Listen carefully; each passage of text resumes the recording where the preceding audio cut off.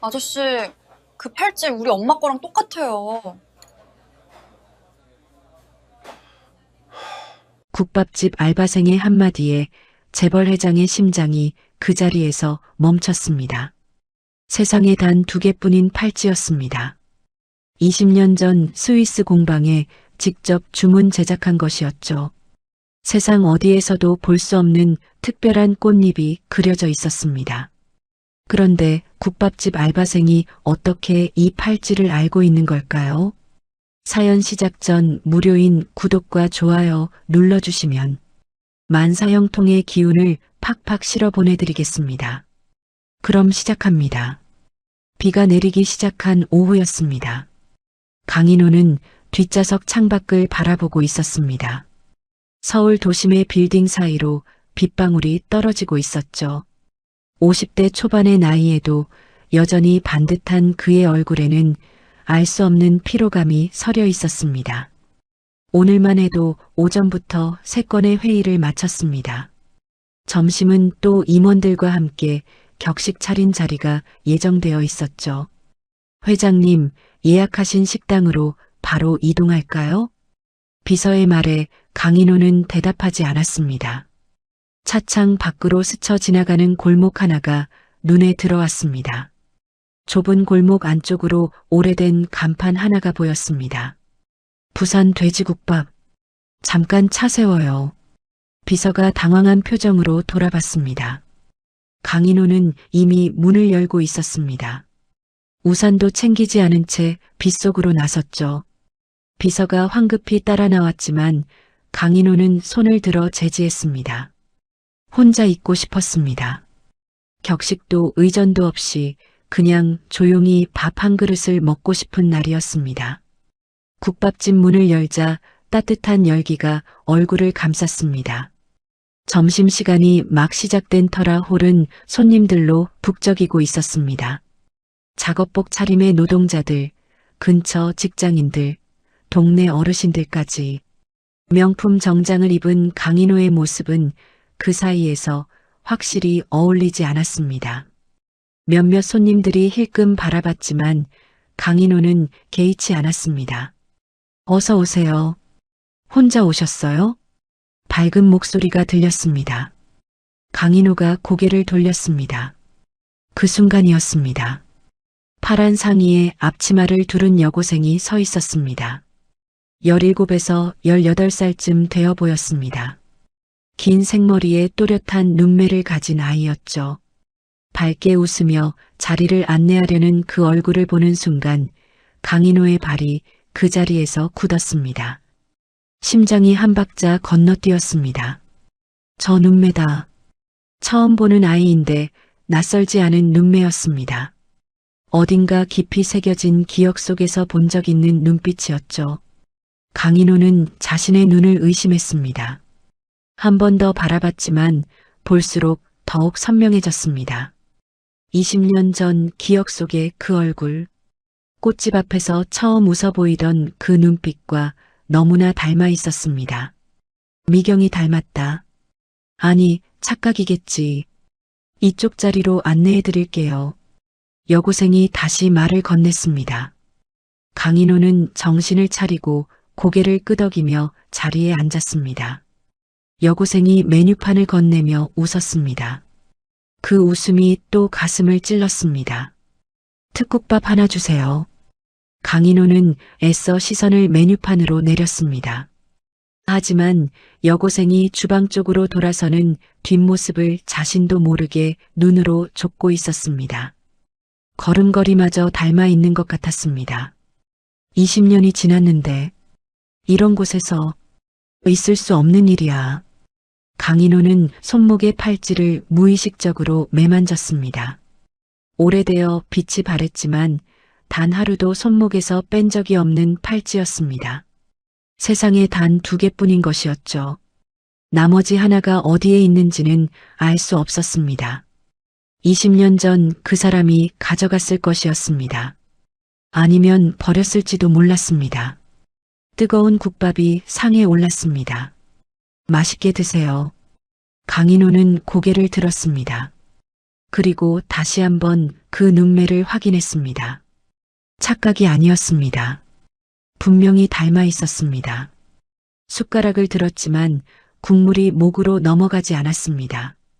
국밥을 반도 먹지 못했습니다. 강인호는 숟가락을 내려놓고 창밖을 바라봤습니다. 비는 여전히 내리고 있었습니다. 빗방울이 유리창을 타고 흘러내리는 모습을 멍하니 바라봤죠. 홀 안은 여전히 시끌벅적했지만 강인호의 귀에는 아무 소리도 들어오지 않았습니다. 착각이다. 그냥 닮은 아이일 뿐이야. 스스로에게 되뇌었습니다. 하지만 아까부터 시선이 자꾸 그쪽으로 향했습니다. 여고생은 바쁘게 테이블 사이를 오가며 주문을 받고 국밥을 나르고 있었습니다. 가끔 손님들과 짧게 웃으며 이야기를 나누기도 했죠. 밝고 성실한 아이였습니다. 저 눈매, 저 웃음의 각도. 강인호는 시선을 억지로 창밖으로 돌렸습니다. 이러면 안 된다는 것을 알고 있었습니다. 20년이 지났습니다. 그 사람은 이미 오래전에 스스로 떠난 것이었습니다. 아무런 말도 없이 전화도 받지 않고 자취방도 비운 채로 그것이 그 사람의 선택이었다고 강인호는 오랫동안 믿어왔습니다. 계산을 하러 일어섰습니다. 카운터 쪽으로 걸어가는데 마침 여고생이 빈 그릇을 들고 주방 쪽에서 나왔습니다. 두 사람이 좁은 통로에서 마주쳤습니다. 여고생이 먼저 옆으로 비켜섰습니다. 벌써 가세요? 많이 못 드셨는데. 급한 일이 생겨서요. 강인호가 짧게 대답했습니다. 여고생이 고개를 끄덕이며 웃었죠. 그 순간이었습니다. 여고생의 시선이 강인호의 왼쪽 손목에서 멈췄습니다. 찰나였지만 강인호는 느꼈습니다. 아이의 눈빛이 달라진 것을. 저기요. 여고생이 조심스럽게 입을 열었습니다. 강인호가 멈췄습니다. 그 팔찌요. 강인호의 심장이 한 박자 멈췄습니다. 우리 엄마 거랑 똑같아요. 방 안의 소음이 한순간에 사라지는 것 같았습니다. 강인호는 자신의 귀를 의심했습니다. 천천히 고개를 내려 손목을 바라봤습니다. 20년 된 은팔찌. 세상에 단 2개뿐인 것이었습니다. 스위스 공방에 직접 주문 제작한 것이었고 도안은 미경이 손수 그린 것이었죠. 꽃잎 5장 중 하나가 살짝 기울어진 그 특별한 디자인은 세상 어디에서도 볼 수 없는 것이었습니다. 그런데 이 아이가 알고 있었습니다. 강인호는 천천히 고개를 들어 여고생을 바라봤습니다. 아이는 강인호의 표정을 살피며 서 있었습니다. 놀란 것인지 당황한 것인지 알 수 없는 눈빛이었죠. 어머니 성함이 어떻게 되나요? 강인호의 목소리가 자신도 모르게 떨렸습니다. 류미경이요. 그 이름을 듣는 순간 강인호의 다리에서 힘이 빠져나가는 것 같았습니다. 손끝이 차가워졌습니다. 20년 동안 한 번도 잊어본 적 없는 이름이었습니다. 수백 번 되뇌었던 이름이었죠. 그 이름이 이 좁은 국밥집에서 처음 보는 여고생의 입에서 나왔습니다. 미경이. 강인호는 한동안 아무 말도 할 수 없었습니다. 여고생이 걱정스러운 표정으로 바라봤습니다. 괜찮으세요? 네, 괜찮아요. 강인호는 간신히 대답했습니다. 카드를 내밀어 계산을 마치고 국밥집을 나왔습니다. 빗속에 서자 차가운 빗방울이 얼굴을 적셨습니다. 강인호는 그 자리에서 한동안 움직이지 못했습니다. 기다리고 있던 비서가 우산을 들고 달려왔습니다. 하지만 강인호는 우산을 받지 않았습니다. 손목의 팔찌를 손가락으로 천천히 쓸어내렸습니다. 류미경. 그 아이가 미경이 딸이란 말인가. 빗소리만 가득한 골목에서 강인호는 오랫동안 서 있었습니다. 본사로 돌아온 강인호는 회의실에 들어가지 못했습니다. 27층 집무실 창가에 서서 서울 시내를 내려다보고 있었습니다. 비서가 오후 일정을 보고했지만 아무것도 귀에 들어오지 않았죠. 류미경. 그 이름이 머릿속을 떠나지 않았습니다. 그리고 그 여고생의 눈매가. 오후 일정은 제가 조율해두겠습니다. 강인호가 조용히 말했습니다. 비서가 놀란 표정을 지었지만 아무것도 묻지 않았습니다. 문이 닫히고 혼자가 되자 강인호는 의자에 천천히 몸을 기댔습니다. 손목의 팔찌를 내려다봤습니다. 빛이 바랬지만 꽃잎 5장은 여전히 또렷했습니다. 기울어진 꽃잎 하나도 그대로였죠. 눈을 감으니 20년 전 기억이 밀려왔습니다. 봄이었습니다. 32살의 강인호는 회사 근처를 걷다가 작은 꽃집 앞에서 멈췄습니다. 쇼윈도 너머로 화사한 꽃들이 가득했죠. 별 생각 없이 들어선 가게 안에서 한 여자와 눈이 마주쳤습니다. 22살의 류미경이었습니다. 앞치마를 두르고 꽃을 다듬고 있던 여자였습니다. 작은 꽃집 알바생이었죠. 눈이 맑고 웃음이 따뜻한 사람이었습니다. 강인호는 딱히 살 곳도 없으면서 한참을 가게 안에 머물다 나왔습니다. 그 후로 자주 갔습니다. 핑계는 늘 꽃이었습니다. 화환이 필요하다거나 선물용이라거나. 하지만 목적은 꽃이 아니었습니다. 미경과 이야기를 나누는 것이었죠. 미경은 밝고 솔직한 사람이었습니다. 강인호가 대그룹 회장의 아들이라는 것을 알면서도 전혀 주눅 들지 않았습니다. 오히려 편하게 대했죠. 그것이 좋았습니다. 인호 씨는 왜 맨날 꽃을 이렇게 많이 사요? 어느 날 미경이 웃으며 물었습니다. 좋아하는 사람한테 주려고요. 강인호가 대답했습니다. 미경이 고개를 기울이며 물었죠. 그 사람이 꽃 좋아해요? 글쎄요. 아직 물어보지 못했습니다. 미경이 피식 웃었습니다. 그 웃음이 강인호의 가슴에 깊이 박혔습니다. 두 사람이 함께 한강을 걷기 시작한 것은 그 다음 주였습니다. 봄바람이 불어오는 강변이었죠. 미경은 걸으면서 이런저런 이야기를 했습니다. 꿈 이야기, 가족 이야기, 좋아하는 음식 이야기. 강인호는 그 이야기들을 하나도 놓치지 않으려 했습니다. 평생 격식 차린 자리에서만 말을 나눠온 그에게 미경과의 시간은 숨을 쉬는 것 같았습니다. 1년이 지난 어느 날이었습니다. 미경이 조심스럽게 작은 상자를 내밀었습니다. 스위스 공방에 부탁해서 만들었어요. 도안은 제가 직접 그렸고요. 상자를 열자 은팔찌가 들어 있었습니다. 꽃잎 5장이 새겨진 작고 섬세한 팔찌였습니다. 꽃잎 하나가 살짝 기울어져 있었죠. 이 기울어진 꽃잎은요? 바람에 흔들리는 거예요. 꽃도 살아있으니까요. 미경이 웃으며 말했습니다. 그리고 자신의 손목을 내밀었습니다. 똑같은 팔찌가 채워져 있었죠. 세상에 딱 2개예요. 하나는 제가, 하나는 인호 씨가 갖는 거예요.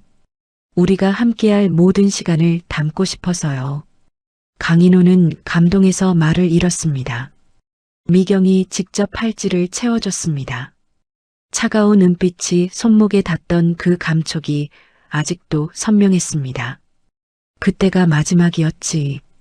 눈을 뜨자 집무실 창밖으로 여전히 비가 내리고 있었습니다. 강인호는 팔찌를 손가락으로 천천히 쓸었습니다. 그 후 석 달이 지나 미경은 사라졌습니다. 전화도 받지 않았고 꽃집에도 자취방에도 없었습니다.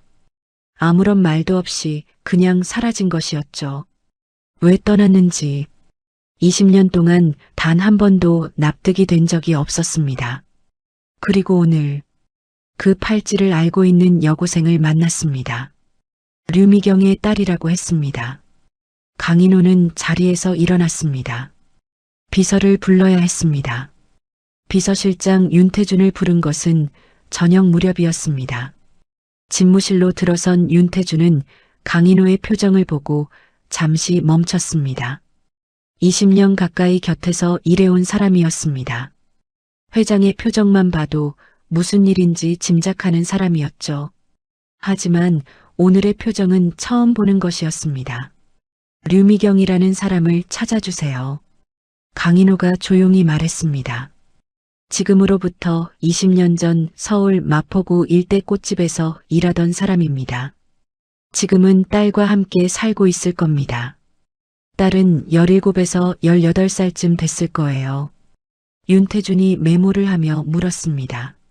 전에도 찾으신 적이 있습니까? 강인호가 잠시 침묵했습니다. 한 번 있었습니다. 20년 전에. 그때는 아무것도 찾지 못했습니다. 꽃집에는 이미 다른 사람이 일하고 있었고 자취방은 비어 있었습니다. 수소문을 해봤지만 흔적이 없었습니다. 아버지에게 물었더니 차갑게 대답했죠. 그런 여자는 처음부터 내 사람이 아니었다고. 강인호는 그 말을 20년 동안 믿어왔습니다. 윤태준이 나가고 나서 강인호는 오래된 서랍을 열었습니다. 맨 안쪽 깊숙한 곳에 작은 상자가 있었습니다. 꺼내 열자 빛바랜 사진 한 장이 나왔습니다. 봄날 한강 둔치에서 찍은 사진이었습니다.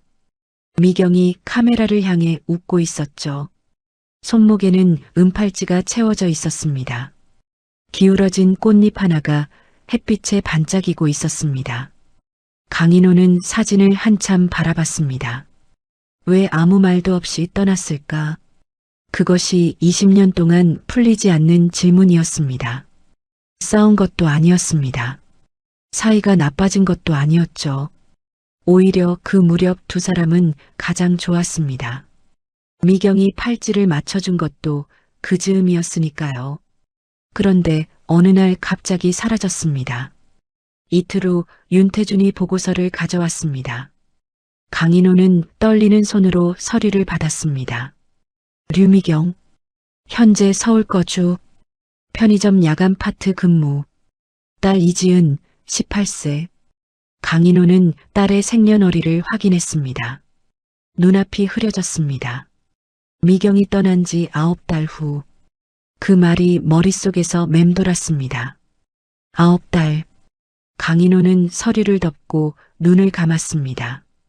손끝이 떨렸습니다.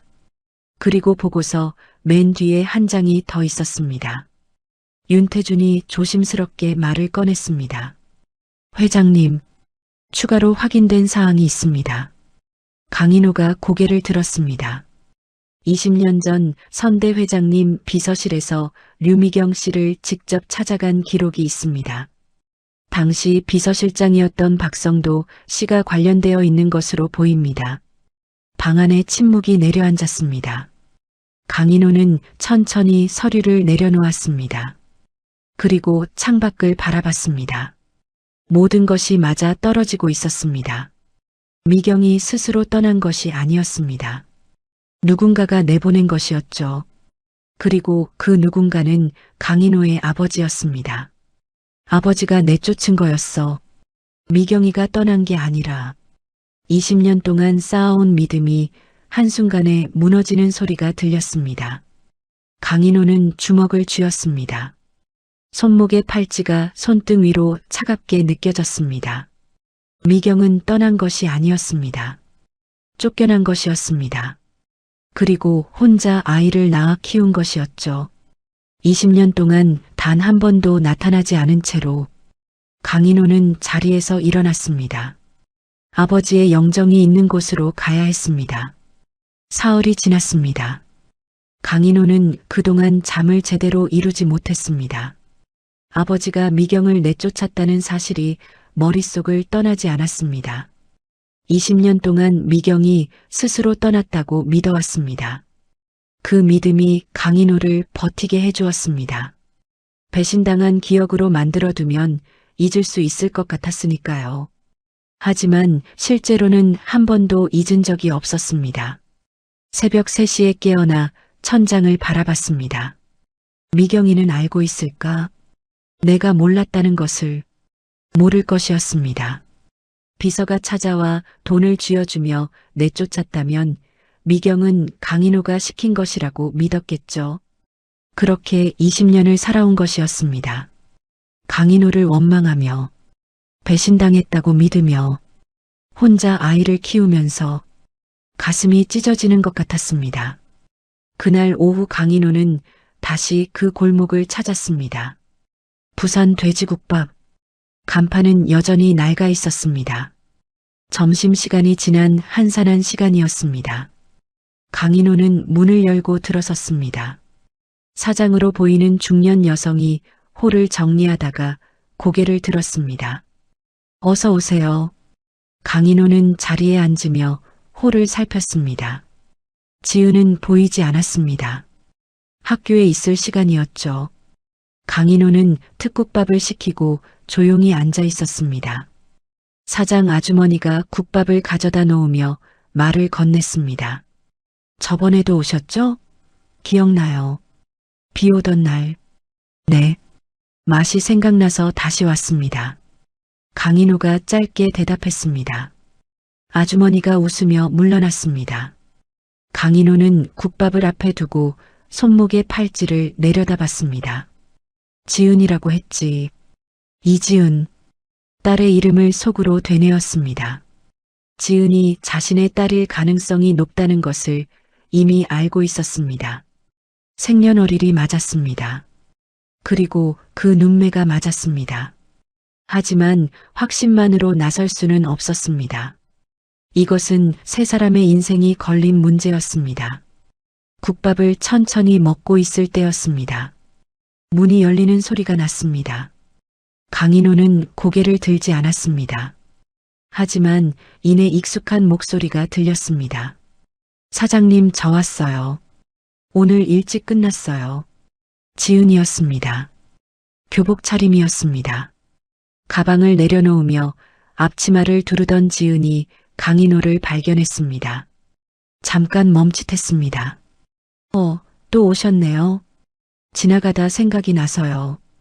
강인호가 조용히 대답했습니다. 지은이 고개를 끄덕이며 홀 정리를 시작했습니다. 강인호는 숟가락을 들면서도 자꾸 시선이 그쪽으로 향했습니다. 지은이 손님 테이블을 닦으며 몸을 숙이는 순간이었습니다. 옆 얼굴이 보였습니다. 강인호는 그 자리에서 굳었습니다. 미경이었습니다. 옆 얼굴의 선이 귀 뒤로 넘어가는 머리카락이 20년 전 미경과 똑같았습니다. 딸이다. 분명히. 강인호는 시선을 국밥으로 내렸습니다. 뜨거운 국물이 보였지만 아무 맛도 느껴지지 않았습니다. 가슴이 조여들었습니다. 지금 당장 모든 것을 털어놓고 싶은 마음이 들었습니다. 하지만 그럴 수 없었습니다. 아직 확인되지 않은 것들이 있었고 무엇보다 미경이 먼저였습니다. 계산을 마치고 나오는데 지은이 웃으며 인사했습니다. 또 오세요. 강인호는 고개를 끄덕이며 문을 나섰습니다. 골목 끝에서 한번 돌아봤습니다. 국밥집 유리창 너머로 지은이 바쁘게 움직이는 모습이 보였습니다. 강인호는 발걸음을 멈추고 잠시 그 모습을 바라봤습니다. 미경아, 내가 찾아갈게. 이번엔 반드시. 본사로 돌아온 강인호는 윤태준을 다시 불렀습니다. 류미경 씨에 대해 더 조사해 주세요. 현재 사는 곳, 일하는 곳, 딸 이지은의 학교까지 전부요. 윤태준이 조심스럽게 물었습니다. 어느 선까지 접근할까요? 접근은 하지 마세요. 확인만 하면 됩니다. 강인호는 단호하게 말했습니다. 미경에게 갑자기 나타나는 것은 옳지 않았습니다. 20년 만에 아무런 준비도 없이 나타난다면 상처만 줄 수 있었습니다.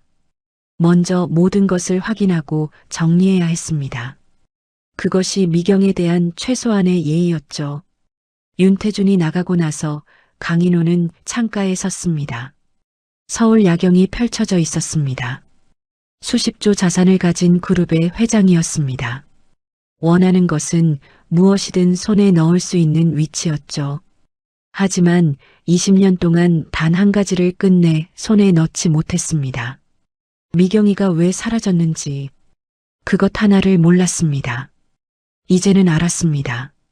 아버지의 비서가 찾아가 내쫓은 것이었습니다. 미경은 강인호가 시킨 것으로 알았겠죠. 그렇게 20년을 살았을 것이었습니다. 혼자서 아이를 키우면서 강인호를 원망하면서 다음날 아침 윤태준이 추가 보고서를 가져왔습니다. 류미경, 현재 서울 서대문구 거주, 편의점 야간 파트 근무, 혼자 딸을 키워왔으며 재혼 이력 없음. 강인호는 마지막 줄에서 손가락이 멈췄습니다. 재혼 이력 없음. 20년 동안 혼자였다는 뜻이었습니다. 나처럼 강인호도 혼자였습니다. 아버지의 뜻대로 결혼을 했지만 처음부터 마음이 없는 결혼이었습니다. 3년 만에 조용히 끝났죠. 그 후로는 혼자였습니다. 수많은 자리에서 수많은 사람을 만났지만 마음을 연 적이 없었습니다. 손목에 팔찌가 있는 한 그럴 수 없었습니다. 보고서 마지막 장을 넘겼습니다. 이지은의 학교와 국밥집 주소가 나와 있었습니다. 그리고 맨 아래에 짧은 메모가 있었습니다. 윤태준의 필체였습니다. 부친 강병철 회장 재임 시절 비서실 지출 내역에 류미경 씨 관련 항목 확인됨. 금액 및 경위 추가 조사 필요. 강인호는 서류를 덮었습니다. 이미 예상했던 내용이었습니다. 하지만 문서로 확인하는 것은 달랐습니다. 아버지가 돈을 쥐어주며 내쫓은 것이었습니다. 미경이 받았는지 거부했는지는 알 수 없었습니다. 하지만 어느 쪽이든 미경 입장에서는 강인호가 보낸 것으로 알았겠죠. 미경이 얼마나 상처받았을까. 강인호는 눈을 감았습니다. 혼자 아이를 낳아 키우면서 남자에 대한 원망을 가슴에 안고 살아온 세월이 얼마나 무거웠을지 감히 짐작도 되지 않았습니다. 윤 실장, 강인호가 인터폰을 눌렀습니다. 당시 비서실장이었던 박성도 씨 현재 어디 계십니까? 잠시 후 윤태준의 목소리가 들렸습니다. 경기도 용인 요양원에 계십니다. 건강이 많이 안 좋으시다고 합니다. 강인호는 잠시 생각했습니다. 내일 오전 일정 비워주세요. 용인 다녀오겠습니다. 직접 확인해야 했습니다. 20년 전 그날 무슨 일이 있었는지, 미경에게 정확히 무슨 말을 했는지, 그것을 알아야 미경 앞에 설 수 있었습니다. 변명이 아니라 진실을 가지고 가야 했으니까요. 강인호는 자리에서 일어나 창가로 걸어갔습니다. 야경이 반짝이고 있었습니다. 저 불빛들 사이 어딘가에 미경이 있었습니다. 20년 만에 처음으로 그 사실이 이렇게 가깝게 느껴졌습니다. 손목의 팔찌를 천천히 쓸어내렸습니다. 조금만 더 기다려. 미경아. 용인 요양원은 조용한 곳이었습니다. 경기도 외곽, 낮은 산자락 아래에 자리한 2층짜리 건물이었습니다. 강인호는 혼자 차를 몰았습니다. 비서도 데려가지 않았습니다. 오늘 나누게 될 이야기는 혼자 감당해야 할 것이었으니까요. 안내를 받아들어선 병실은 작고 조용했습니다. 창가 침대에 박성도가 누워 있었습니다. 아버지 강병철 회장 재임 시절 20년 가까이 비서실장을 맡았던 사람이었습니다. 지금은 70대가 된 노인이었죠. 강인호를 보자 천천히 눈을 떴습니다. 그리고 알아봤습니다. 놀란 기색이 역력했습니다. 회장님, 오랜만입니다. 박 실장님. 강인호는 침대 옆 의자에 조용히 앉았습니다. 박성도는 힘겹게 몸을 일으키려 했지만 강인호가 손을 들어 제지했습니다. 편하게 계세요. 잠깐만 여쭤볼 게 있어서 왔습니다. 박성도의 눈빛이 흔들렸습니다. 무슨 이야기가 나올지 짐작하는 것 같았습니다. 강인호는 천천히 말을 꺼냈습니다. 20년 전 류미경이라는 여자를 찾아가셨죠. 긴 침묵이 흘렀습니다. 박성도는 시선을 창밖으로 돌렸습니다. 늦가을 나무가 보였습니다. 잎이 거의 다 진 나뭇가지가 흔들리고 있었죠. 선대 회장님 지시였습니다. 낮고 쉰 목소리였습니다. 무슨 말씀을 하셨습니까? 미경에게 떠나라고 했습니다. 다시는 나타나지 말라고요. 돈을 줬습니까? 봉투를 내밀었습니다. 받지 않으셨어요. 강인호의 손이 무릎 위에서 조용히 쥐어졌습니다. 받지 않았다는 말이 가슴을 찔렀습니다. 미경은 돈도 받지 않고 쫓겨난 것이었습니다. 그분이 뭐라고 하시던가요? 미경이가. 박성도가 천천히 눈을 감았습니다. 오래된 기억을 더듬는 것 같았습니다. 인호 씨가 시킨 거냐고 물으셨어요. 제가 대답을 하지 않았습니다. 대답을 안 하셨으면 그쪽에서는 제가 시킨 것으로 알았겠죠. 박성도가 고개를 끄덕였습니다. 작고 무거운 움직임이었습니다. 강인호는 잠시 눈을 감았습니다. 미경이 그 자리에서 어떤 표정을 지었을지가 느껴지는 것 같았습니다. 대답도 듣지 못한 채 돌아서야 했던 그 발걸음이. 임신한 사실은 알고 계셨습니까? 박성도의 눈꺼풀이 떨렸습니다. 나중에야 알았습니다. 선대 회장님도 알고 계셨고요. 강인호는 더 이상 말을 잇지 못했습니다. 아버지는 알고 있었습니다. 미경이 아이를 가진 것을. 그럼에도 내쫓은 것이었습니다. 그리고 강인호에게는 끝까지 말하지 않았죠. 왜 저한테 말씀하지 않으셨습니까? 목소리가 떨렸습니다. 박성도가 천천히 강인호를 바라봤습니다. 회장님께서 알게 되면 모든 것을 포기하실 것 같았습니다. 선대 회장님도 그걸 아셨으니까요. 방 안에 긴 침묵이 흘렀습니다. 창밖의 나뭇가지가 바람에 흔들렸습니다. 강인호는 한참을 그 자리에 앉아 있었습니다. 늦었지만 죄송합니다. 회장님. 박성도의 목소리가 갈라졌습니다. 강인호는 대답하지 않았습니다. 용서를 말할 수 있는 상황이 아니었습니다. 상처를 입은 것은 자신이 아니라 미경이었으니까요. 요양원을 나오자 찬바람이 불었습니다. 강인호는 주차장에서 한동안 움직이지 않았습니다. 하늘이 낮고 흐렸습니다. 손목의 팔찌가 유난히 차갑게 느껴졌습니다. 이제 모든 것을 알았습니다. 남은 것은 하나였습니다. 미경 앞에 서는 것이었습니다. 아버지의 영정 앞에 선 것은 그날 밤이었습니다. 강인호는 집무실 옆 작은 방으로 들어섰습니다. 아버지 강병철의 영정 사진이 놓여 있는 곳이었습니다. 생전에 아버지가 쓰던 책상과 의자가 그대로 남아 있었습니다. 강인호는 가끔 중요한 결정을 앞두고 이 방에 들어왔습니다. 아버지의 눈빛 앞에서 스스로를 점검하는 것이 오랜 습관이었죠. 하지만 오늘은 달랐습니다. 영정 속 아버지는 여전히 차갑고 단호한 표정이었습니다. 강인호는 그 눈빛을 마주하며 천천히 의자에 앉았습니다. 한동안 아무 말도 하지 않았습니다. 방 안에는 시계 소리만 들렸습니다. 알고 계셨죠? 처음부터 미경이 임신한 사실을, 그리고 혼자 아이를 낳아 키운다는 사실도. 그럼에도 강인호에게는 끝까지 말하지 않았습니다. 알게 되면 모든 것을 포기할 것 같았다고 박성도는 말했습니다. 아버지는 그것을 알았기 때문에 더욱 철저하게 숨긴 것이었죠. 강인호는 자리에서 일어났습니다. 왜 그러셨습니까? 낮은 목소리였습니다. 하지만 그 안에 20년치 감정이 담겨 있었습니다.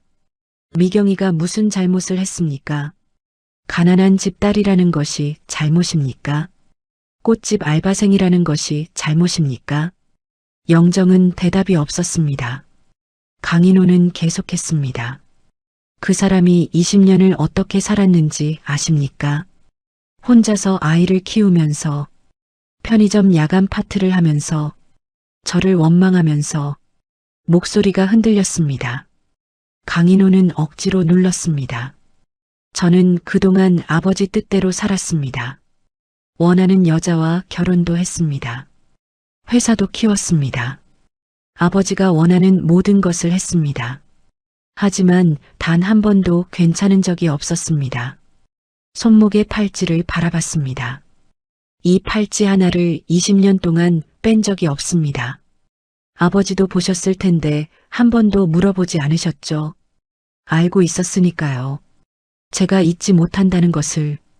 강인호는 영정 앞에 천천히 섰습니다. 이제는 찾아가겠습니다. 미경이한테.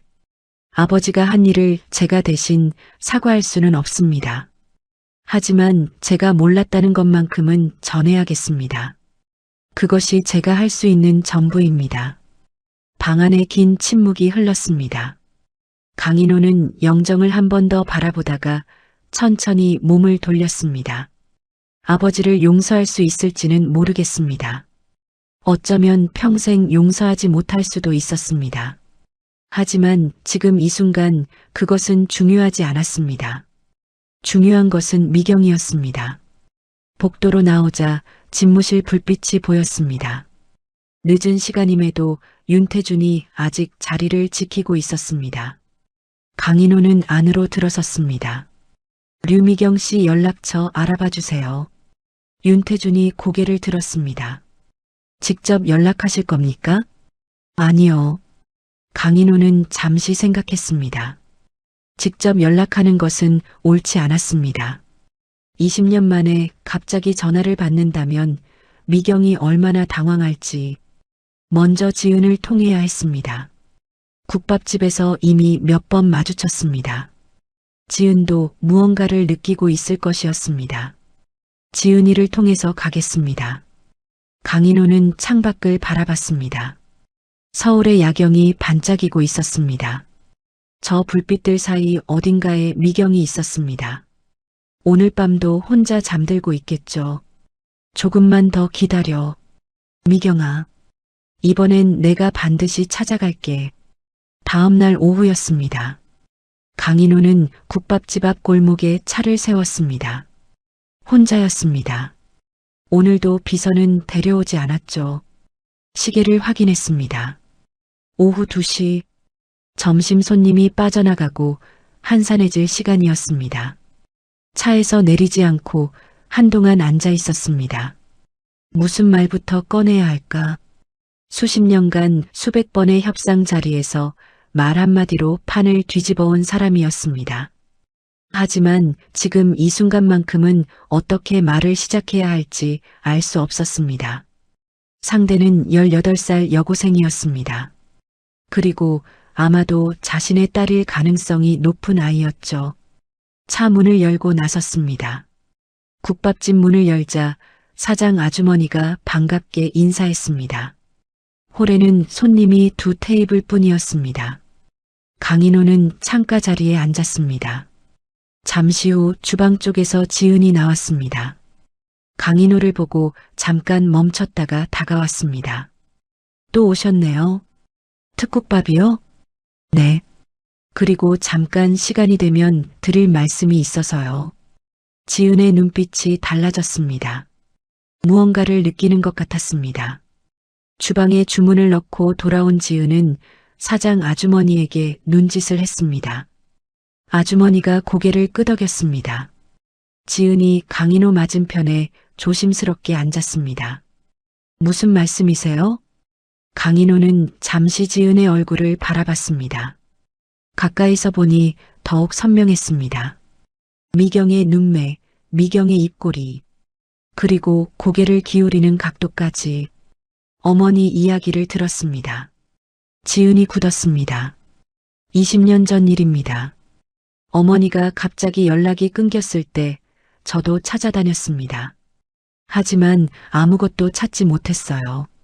지은은 아무 말도 하지 않았습니다. 강인호를 바라보는 눈빛이 조심스러우면서도 날카로웠습니다. 최근에서야 알게 됐습니다. 어머니가 스스로 떠난 것이 아니라는 것을. 제 아버지가 시킨 일이었습니다. 저는 몰랐어요. 정말로. 지은의 눈썹이 미세하게 움직였습니다. 강인호는 계속했습니다. 당시 비서실장을 직접 만나서 확인했습니다. 어머니에게 찾아가 내쫓은 것이 맞습니다. 그리고 어머니는 저한테 연락을 시도했지만 번호가 차단되어 있었겠죠. 아버지가 그렇게 해두었을 겁니다. 뜨거운 국밥이 상에 올랐습니다. 하지만 두 사람 모두 숟가락을 들지 않았습니다. 제가 왜 이 말씀을 드리는지 아시겠습니까? 지은이 천천히 입을 열었습니다. 엄마한테 전해달라는 거죠. 네. 그게 다예요? 강인호는 지은의 눈을 바라봤습니다. 직접적인 질문이었습니다. 피하지 않는 눈빛이었죠.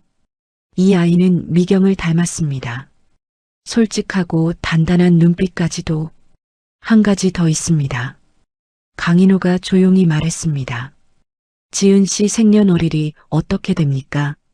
지은의 눈이 가늘어졌습니다. 잠시 침묵이 흘렀습니다. 왜요? 확인하고 싶은 것이 있어서요. 지은은 한동안 강인호를 바라봤습니다. 그리고 천천히 생년월일을 말했습니다. 강인호는 숫자를 들으며 눈을 감았습니다. 알고 있던 날짜였습니다. 보고서에서 이미 확인한 것이었죠. 하지만 직접 듣는 것은 달랐습니다. 감사합니다. 강인호가 일어서려는 순간 지은이 물었습니다. 저 회장님 딸이에요? 직접적인 질문이었습니다. 강인호는 잠시 멈췄습니다. 그리고 지은을 바라봤습니다. 확인을 해봐야 합니다. 하지만 그럴 가능성이 높습니다. 지은은 아무 말도 하지 않았습니다. 시선을 테이블 위로 내렸습니다. 강인호는 더 이상 말을 보태지 않았습니다. 지금 이 순간 지은에게 필요한 것은 말이 아니라 시간이었습니다. 계산을 마치고 문을 나서는데 뒤에서 지은의 목소리가 들렸습니다. 엄마한테 전할게요. 강인호는 뒤돌아보지 않았습니다. 고개를 한번 끄덕이고 골목으로 나섰습니다. 차가운 바람이 불어왔습니다. 눈시울이 뜨거워지는 것을 느꼈지만 참았습니다. 고맙다. 지은아. 그날 밤 지은은 어머니를 기다렸습니다. 편의점 야간 파트가 끝나는 시간은 자정이었습니다. 지은은 거실 불을 켜둔 채 소파에 앉아 있었습니다. 오늘 있었던 일을 어떻게 전해야 할지 몇 번이나 되뇌었습니다. 회장의 말을 그대로 전하는 것이 맞는지 아니면 조금 다듬어야 하는지 알 수 없었습니다. 하지만 한 가지만큼은 분명했습니다. 어머니는 진실을 알 권리가 있었습니다. 자정이 조금 넘어 현관문이 열렸습니다. 어머니 류미경이 편의점 유니폼 차림으로 들어섰습니다. 지은을 보고 잠깐 멈췄습니다. 또 기다리고 있었다는 것을 알아챈 표정이었죠. 외투를 벗으며 조용히 물었습니다. 무슨 일이야? 앉아요, 엄마. 어머니가 맞은편 소파에 앉았습니다. 지은을 바라보는 눈빛이 긴장되어 있었습니다. 지은은 천천히 입을 열었습니다. 오늘 회장님이 국밥집에 오셨어요. 저한테 직접 말씀하셨어요. 어머니의 눈이 가늘어졌습니다. 아무 말도 하지 않았습니다. 엄마가 떠난 게 아니었대요. 회장님, 아버지가 비서실장을 보내서 내쫓은 거래요. 회장님은 몰랐다고 하셨어요. 직접 당시 비서실장을 찾아가서 확인하셨다고. 어머니의 입술이 미세하게 떨렸습니다. 시선이 무릎 위로 내려갔습니다. 그리고 엄마한테 연락하려고 했는데 번호가 차단되어 있었을 거래요. 회장님, 아버지가 그렇게 해두셨을 거라고. 방 안에 긴 침묵이 흘렀습니다. 어머니는 아무 말도 하지 않았습니다. 손이 무릎 위에서 조용히 맞잡혔다가 풀렸다가를 반복했습니다. 엄마. 지은이 조심스럽게 불렀습니다. 20년 동안 버림받은 줄 알고 사셨잖아요. 근데 그게 아니었어요. 어머니의 눈에 천천히 물기가 차오르기 시작했습니다. 하지만 울지 않으려고 애쓰는 것이 보였습니다. 입술을 꼭 다물고 숨을 고르고 있었습니다. 지은은 잠시 멈췄다가 말을 이었습니다. 회장님 20년 동안 혼자 사셨대요. 팔찌도 단 하루도 안 빼셨고요. 그 말에 어머니가 고개를 들었습니다. 놀란 표정이었지만 곧 다시 시선을 내렸습니다. 아랫입술을 살짝 깨무는 것이 보였습니다. 지은은 마지막 말을 꺼내기 전에 잠시 망설였습니다. 하지만 해야 할 말이었습니다. 엄마, 저 회장님 딸인 것 같아요. 어머니가 눈을 감았습니다. 아주 천천히, 마치 오랫동안 예상해온 말을 드디어 듣는 사람처럼요. 한참이 지나 눈을 떴을 때 눈가에 눈물이 맺혀 있었습니다. 알고 있었어. 작은 목소리였습니다. 처음부터요? 응. 지은은 어머니의 손을 가만히 덮었습니다. 어머니의 손이 차가웠습니다. 지은은 꼭 쥐었습니다. 긴 침묵이 흘렀습니다. 시계 소리만 거실을 채웠습니다. 어머니는 한참을 그렇게 앉아 있었습니다. 지은은 아무것도 덧붙이지 않았습니다. 지금 이 순간은 어머니에게 필요한 시간이었습니다. 20년 동안 쌓아온 오해가 한꺼번에 무너지는 시간이었으니까요. 한참 후 어머니가 천천히 입을 열었습니다. 만나야겠지. 지은이 고개를 들었습니다. 어머니의 눈빛은 흔들리고 있었지만 목소리는 떨리지 않았습니다. 오래 생각한 끝에 내린 결정이라는 것이 느껴졌습니다. 두렵지 않아요? 어머니가 쓸쓸하게 웃었습니다. 눈물이 번지는 웃음이었습니다. 두렵지. 근데 이제는 마주봐야 할 것 같아. 20년이 지났으니까. 지은은 어머니의 손을 더 꼭 쥐었습니다. 어머니가 손을 맞잡으며 창밖을 바라봤습니다. 늦은 밤 골목에 가로등이 켜져 있었습니다. 두 사람은 한동안 아무 말도 하지 않았습니다. 만남 장소를 정한 것은 지은이었습니다. 거창한 곳은 아니어야 했습니다. 강인호가 원한다면 서울 최고급 호텔 라운지를 잡을 수도 있었겠죠. 하지만 지은은 그것이 맞지 않는다고 생각했습니다. 두 사람이 처음 가까워진 곳이 작은 꽃집이었으니까요. 동네 근처 조용한 찻집을 골랐습니다. 일요일 오후 3시였습니다. 약속 당일 아침 어머니는 일찍 일어났습니다. 오래된 옷장 앞에서 한참을 서 있었습니다. 지은은 모른 척하며 아침을 차렸습니다. 두 사람은 별다른 말 없이 밥을 먹었습니다. 하지만 어색하지는 않았습니다. 말이 없어도 서로의 마음을 알고 있는 아침이었습니다. 찻집에 먼저 도착한 것은 지은과 어머니 쪽이었습니다. 창가 자리에 나란히 앉았습니다. 어머니는 손을 무릎 위에 올려놓은 채 입구 쪽을 바라봤습니다. 손가락이 미세하게 떨리고 있었습니다. 지은은 아무 말도 하지 않았습니다. 그냥 옆에 있어주는 것이 전부였습니다. 3시 정각이었습니다. 문이 열렸습니다. 강인호가 들어섰습니다. 단정한 차림이었지만 평소보다 수수해 보였습니다. 수행원도 없었습니다. 그냥 한 사람으로 들어선 것이었습니다. 강인호는 창가 자리에 두 사람을 발견하고 잠깐 멈췄습니다. 그 순간이었습니다. 강인호의 눈이 어머니에게서 멈췄습니다. 20년이었습니다. 20년 전 꽃집 앞에서 처음 웃어 보이던 그 사람이었습니다. 머리카락에 흰 것이 섞이고 눈가에 세월이 새겨져 있었지만 강인호는 단번에 알아봤습니다. 한 번도 잊어본 적 없는 얼굴이었으니까요. 어머니가 천천히 자리에서 일어났습니다. 두 사람의 눈이 마주쳤습니다. 한 사람은 버림받았다고 믿으며 살았고 한 사람은 영문도 모른 채 잃어버렸다고 믿으며 살았습니다.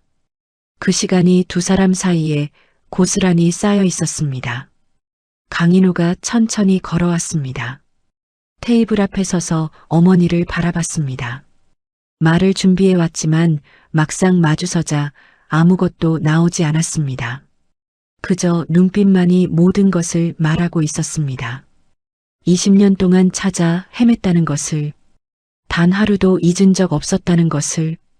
어머니의 눈에 눈물이 맺혔습니다. 참으려고 했지만 되지 않았습니다. 입술을 꼭 다물고 고개를 약간 숙였습니다. 20년 동안 혼자 사귀어온 것들이 그 자리에서 한꺼번에 올라오는 것 같았습니다. 강인호가 낮게 말했습니다. 미안합니다. 지키지 못해서.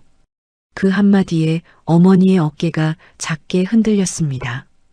소리 없는 울음이었습니다. 강인호의 눈시울도 붉어졌습니다. 차갑고 단단하기로 유명한 한우리 그룹의 회장이었습니다. 하지만 지금 이 순간만큼은 그냥 20년 만에 첫사랑 앞에 선한 사람이었습니다. 지은은 조용히 자리에서 일어났습니다. 두 사람에게 필요한 시간이었습니다. 지은이 끼어들 자리가 아니었습니다. 찻집 문을 열고 나오자 차가운 바람이 불어왔습니다. 지은은 골목 끝 낮은 담벼락에 기댔습니다. 하늘이 높고 맑았습니다. 눈물이 흘렀습니다. 언제부터였는지 몰랐습니다. 지은은 닦지 않았습니다. 아버지라는 단어를 소리내어 불러본 적이 없었습니다. 오늘도 부르지 못했습니다. 하지만 괜찮았습니다. 아직 시간이 있었습니다. 서두르지 않아도 될 것 같았습니다. 얼마나 지났을까요? 찻집 문이 열리는 소리가 났습니다. 어머니였습니다. 눈가가 붉었지만 표정이 한결 가벼워 보였습니다. 지은을 발견하고 천천히 걸어왔습니다. 지은의 옆에 나란히 섰습니다. 두 사람은 한동안 아무 말도 하지 않았습니다. 먼저 입을 연 것은 어머니였습니다. 고마워. 짧은 말이었습니다.